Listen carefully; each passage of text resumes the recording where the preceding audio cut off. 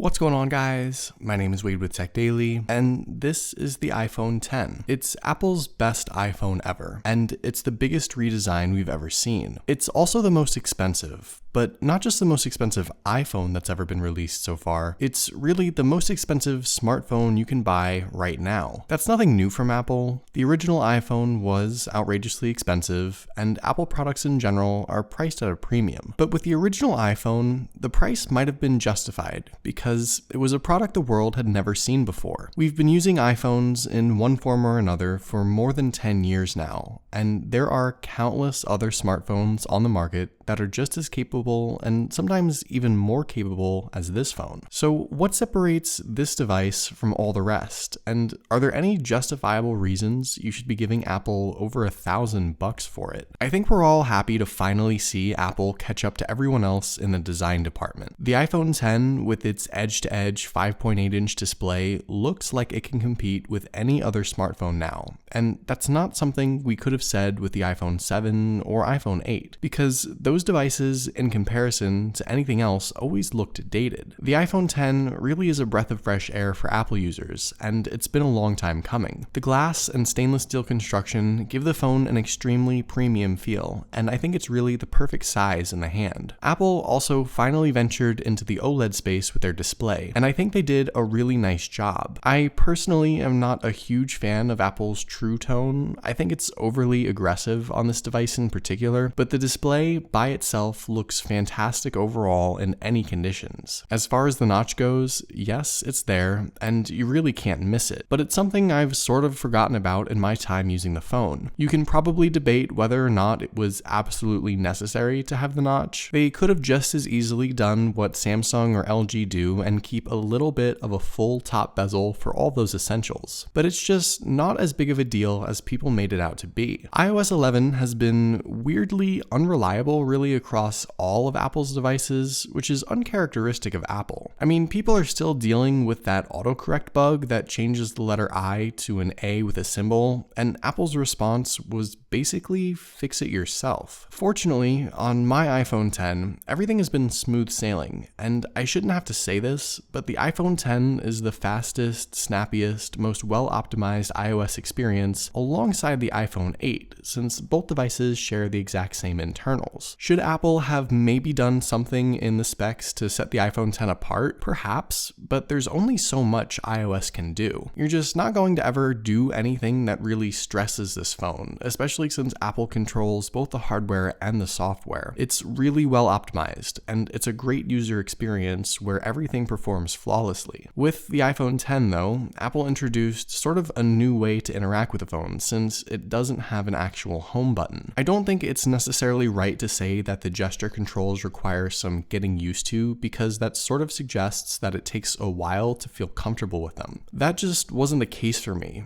After a few minutes with the phone, everything felt fine, and I was swiping away without any issues. For some users, the gestures are a learning curve. Launching multitasking, for example, won't be a perfect execution every time. But just like the notch, the new gestures in general are just not that big of a deal. The other major change Apple made with the user experience was killing off Touch ID and introducing Face ID. Now, generally speaking, Face ID works as it was intended. It's super simple to set up. It requires just 2 scans of your face, which takes not even 20 seconds. And the first few times you glance at the iPhone and swipe to unlock, you'll immediately notice how quick it can be. But in real-world use, you'll quickly discover Face ID's limitations. When the phone is resting on a table, you can't exactly glance over at it to see the notification you just got. You can tap to wake the phone up, but your notifications are hidden until Face ID does its thing. In my time using this device, I just always felt obligated, almost to the point of inconvenience, to have to pick up the phone and give it my full attention in order to see what I needed to see. And that's sort of been my struggle with Face ID. And while Apple has said it'll still recognize you in the dark or with glasses and sunglasses and hats, a lot of people have found that it doesn't always work in the dark, and it doesn't always work with all sunglasses or all different types of hats. And we've even seen Face ID compromised by identical twins and also by brothers who weren't identical. Face ID for me has sort of been my biggest struggle in really liking the iPhone X. It's not better than Touch ID, and it has limitations, and it's difficult for me to accept limitations and inconveniences on a device that costs this much. Face ID will probably get better over time, but for now, it's just not perfect. The cameras on the iPhone X are very capable. But just like the internal specs, the rear cameras are something we saw already from the iPhone 8 Plus. Aside from a little different glass and OIS on a telephoto lens, you're getting the exact same thing. I have a dedicated video full of image and video samples from the iPhone X if you want a more in-depth look at what the device can do. But just know that images look great in any lighting condition, and the ability to shoot 4K at 60 FPS and slow-mo video in 1080p at 240 FPS, those are things that are just not really available on a vast majority of other smartphones right now, and it's only just starting to launch with even standalone cameras. While the rear cameras are sort of old news, the front camera gains portrait mode for selfies, and this has unfortunately been hit or miss. When you get the lighting just right, sometimes the pictures look really good, but other times, especially around hair, edges get blurry where they shouldn't be, and if you're not in the perfect lighting, it just won't work at all. Apple just has some work to do with portrait mode in order to catch up to Google on their Pixel devices. Probably the biggest new feature across the entire device though has to be animojis. Okay, no, I have not used these even once. They're a gimmick, but I have to give credit where credit is due. The concept and tech behind how these work unlocks a lot of potential to more useful applications in the future. But for now, we'll be stuck with people making music videos with animal heads. As far as the rest of the smartphone feature checklist, the iPhone X can tick off all the boxes. The glass back allows for wireless charging, finally, and you can even get quick charging now for an additional $75 because Apple. The battery on the device for me lasts a full day and then some, and with Qi chargers popping up more and more now that the iPhones support it, there won't be a lot of battery anxiety. The dual speakers on the device sound excellent, even better than the iPhone 7 and the iPhone 8 for some reason, and it's still IP67 water and dust resistant. I think as far as the design and features, this is the most complete, most jam-packed Apple device we've ever gotten, and it can easily compare and compete with any other smartphone on the market now. But there's still the matter of the price. It's really, really difficult to justify spending over $1,000 on a smartphone. There are so many devices out there that do just as much for less money. Even the iPhone 8 is $300 less. This phone is for a very specific group of people. It's for those of us who love Apple, who've had an iPhone for years and years and want the best iPhone Apple's ever made. And it's for people who have the means to spend so much on something like this. If you want an iPhone X and you have the money to spend, you're not going to be disappointed with this phone at all. But if $1,000 on something like this is just out of the question, there are so many other smartphones out there that are just as good for less money. So hopefully you guys enjoyed this video. Let me know what you think of the iPhone X in the comments below. Also, be sure to follow Tech Daily on Twitter and subscribe to the Tech Daily YouTube channel if you haven't already,